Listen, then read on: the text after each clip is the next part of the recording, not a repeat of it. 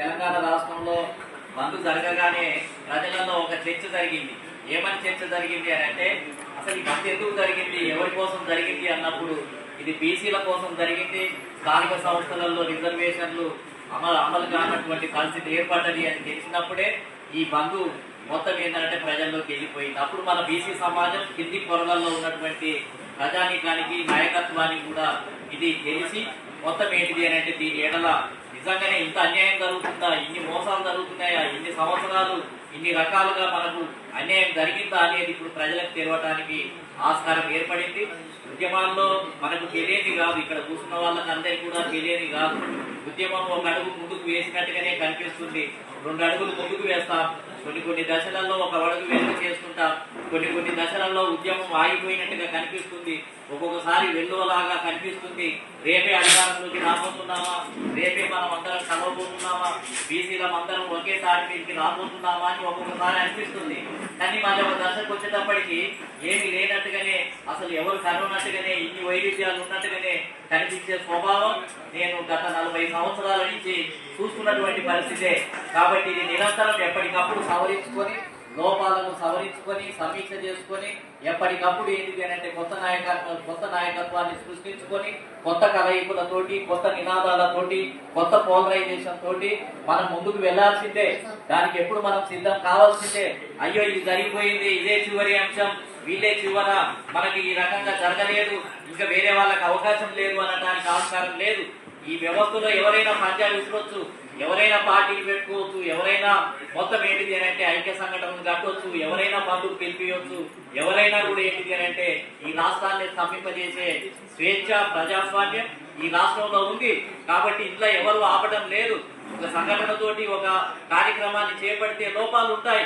లోపాలు ఉన్నంత మాత్రాన ఇంకా జరిగిన దాన్ని వదిలిపెట్టేసి లోపాలను పట్టుకుని, వాళ్ళు చేసినటువంటి నాయకులను పట్టుకుని తిట్టే కార్యక్రమమే కొంతమంది మొదలు పెట్టుకుంటే అదెక్కడ సాధ్యం అవుతుంది? అదేం పద్ధతి? అది ఏమన్నా పాజిటివ్గా ఉంటే మీరు చేస్తూ పెట్టండి, మనకేం అభ్యంతరం లేదు, ఎవరు ఆపే పరిస్థితి లేదు.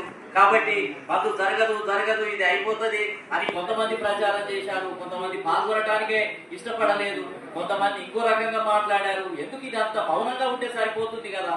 కొన్ని విషయాల్లో కొన్ని మనకు నచ్చకపోతే ఆ మేరకు మౌనంగా ఉంటే ఆ కార్యక్రమం జరిగిపోతుంది. తర్వాత పునరేకీకరణ ఎట్లా జరుగుతుంది, ఏం జరుగుతుంది అనేది మళ్ళీ మొదలవుతుంది.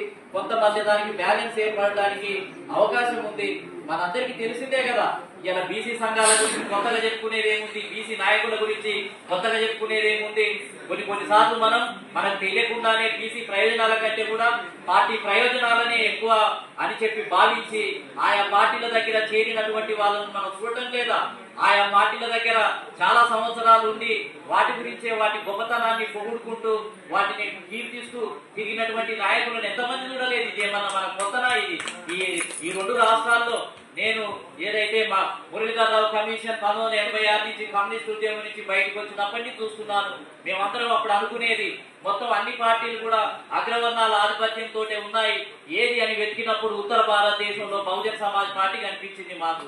దాని గురించి చూసినప్పుడు ఇది 85% మేము, 15% అగ్రకులాలు, వీళ్ళే పరిపాలిస్తారని సింహగర్జన చేస్తుంటే వెంటనే ఏంటిది అంటే 25 మందిని శంకర్ గౌడ్, సుందరయ్య యాదవ్, బిఎస్ఏ స్వామి, కొజ్జా తారకం ఇలాంటి వాళ్ళు 25 మందిని ఏపీ ఎక్స్ప్రెస్ ఎక్కి ఢిల్లీకి పోయి అలాంటి పార్టీ మనకుంది, ఇది తీసుకొచ్చి ఇక్కడ దీన్ని ఏంటిది అని అంటే ప్రారంభిద్దాము అని ఒక కార్యక్రమాన్ని ప్రారంభించాం.